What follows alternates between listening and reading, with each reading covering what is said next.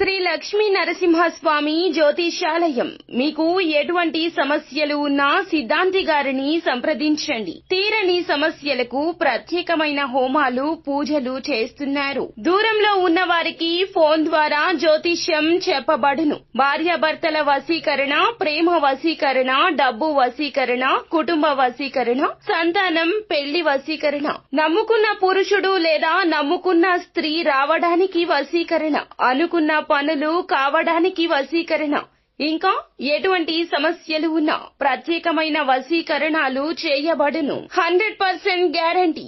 గురువు గారిని సంప్రదించండి. Phone number 8855583632. ఛానల్లోకి స్వాగతం అండి.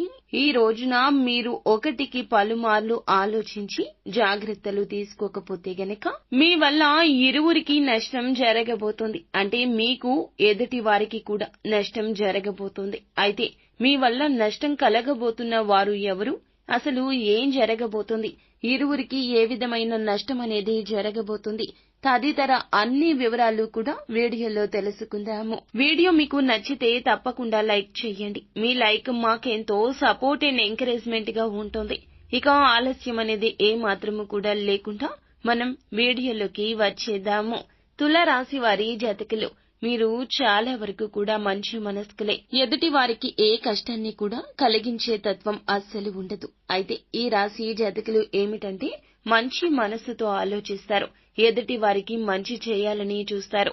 వారి ఆపద మీ ఆపదగా భావిస్తారు. అయితే ఎన్ని సద్గుణాలు ఉన్నప్పటికీ కూడాను ఒక అవలక్షణం కూడా ఉంటుంది. వీరికి మనోచాంచల్యత ఎక్కువగా ఉంటుంది. ఇప్పుడు మాట్లాడిన మాట గంట తర్వాత మార్చేస్తుంటారు. అంటే ముందుగా మాట ఇచ్చేస్తారు, ఆ తర్వాత పర్యవసానాలు ఆలోచిస్తారు, అప్పుడు ఆ మాటను మార్చేస్తూ ఉంటారు. ఈ రోజున ఈ యొక్క తత్వం రీత్యాన్ని మీకు ఎదుటి వారికి కూడా కష్టం, నష్టం కలగబోతోంది. ఈ యొక్క నష్టాన్ని పూడ్చడం మీ వంతు అస్సలు అవదండి. మీరు ఎంత కష్టపడినా మీ తరం కాదు. మీరు మాట ఇచ్చేటప్పుడు ఈ రోజున జాగ్రత్తగా ఉండండి. అది మీ స్నేహితులకైనా, సన్నిహితులైనా, కుటుంబ సభ్యులైనా, ఆఖరికి జీవిత భాగస్వామి అయినా కూడాను మీ మాటను వేదంగా భావించేవారు ఉంటారు. వారు మీరు ఏది చెప్పినా ఆలకిస్తారు.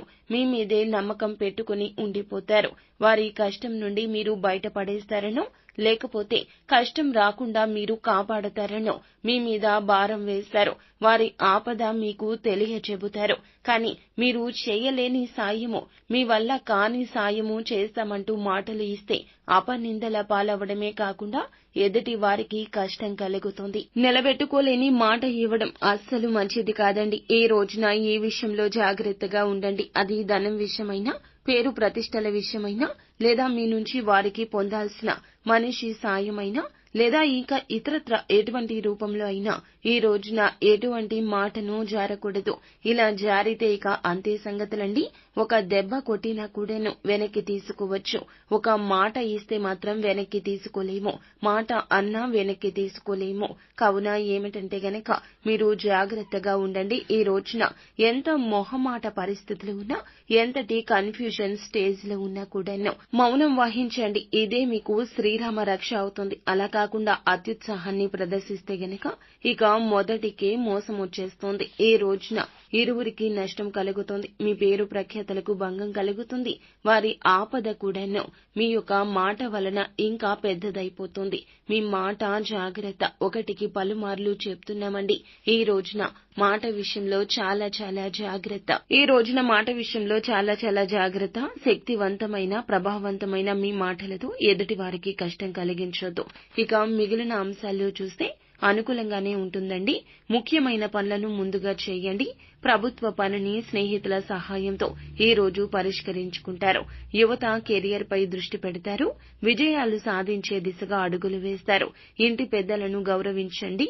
డబ్బును ఈ రోజు అప్పుగా తీసుకోవడం మానేయండి. పాత విషయాలు మర్చిపోయి సంబంధాలను జాగ్రత్తగా చూసుకోండి.